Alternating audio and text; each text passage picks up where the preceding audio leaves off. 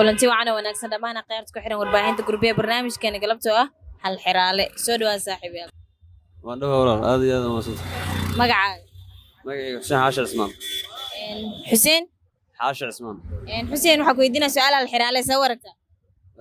si fiican su'aasha ku weydiinaa waxay tahay ayayda hooyadeed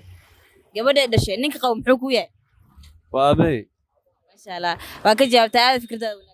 aadam soo dhow TV gurbiye oo ku dhawaay magacaaga Cabdirasaaq Axmed Mukhtaar Cabdirasaaq su'aalaha ku weydiisaa waragta deeroy waa isku dayaa inaan ka jawaabo Cabdirasaaq ayayda hooyadeed gabadha dhashay ninka qabo muxuu ku yahay ayayda hooyadeed ninka qabo ayayda hooyadeed gabadha dhashay ninka qabo muxuu ku yahay sidi soo dhow TV gurbiye waa ku dhawaay magacaaga maxamed Ismaaciil maxamed su'aalaha xiraalaha ku weydiinaysaa waragta diyaar waa weydii waa gulaa waxaan ku weydiinaa ayayda hooyadeed gabadha dhashay ninka qabo muxuu ku yahay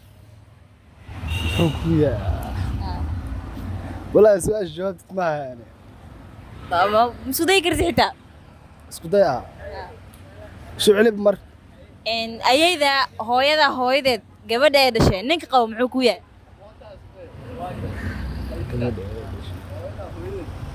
سؤال شو اسمها يعني waa maasantahay الله مدن soo dhow magacaaga ku soo dhow TV gurbiye magacaaga aad baan u dhawahay magacaygu waa maxamed cabdiraxmaan maxamed maxamed su'aalaha xiraalaha ku weydiisaa waragta diyaar baan ahay waad weydiin kartaa maxamed ayayda hooyadeed gabadha ay dhashay ninka qabo muxuu ku yahay ayayday gabadha ee dhashay ninka qaba wuxuu igu aadan yahay abti waa maasantahay soo dhow adaa mudan ku soo dhow TV gurbiye waa soo dhawaa magacaaga xasan saciid umar xasan su'aalaha xiraalaha ku weydiinaysaa waragta ma caadi waa xasan waxaa ku weydiinayaa ayayda hooyadeed gabadha ay dhashay ninka qabo muxuu ku yahay ninkii qabaa abti u yahay waa maasantahay ku soo dhow TV gurbiye abaa dhibe magacaaga Cabdulle cabdulle su'aalaha xiraalaha ku weydiinaysaa waragta waa diyaar wadii ayayda hooyadeed gabadha ay dhashay ninka qabo muxuu ku yahay maxaa ayayda hooyadeed gabadha ay dhashay ninka qabo muxuu ku yahay abti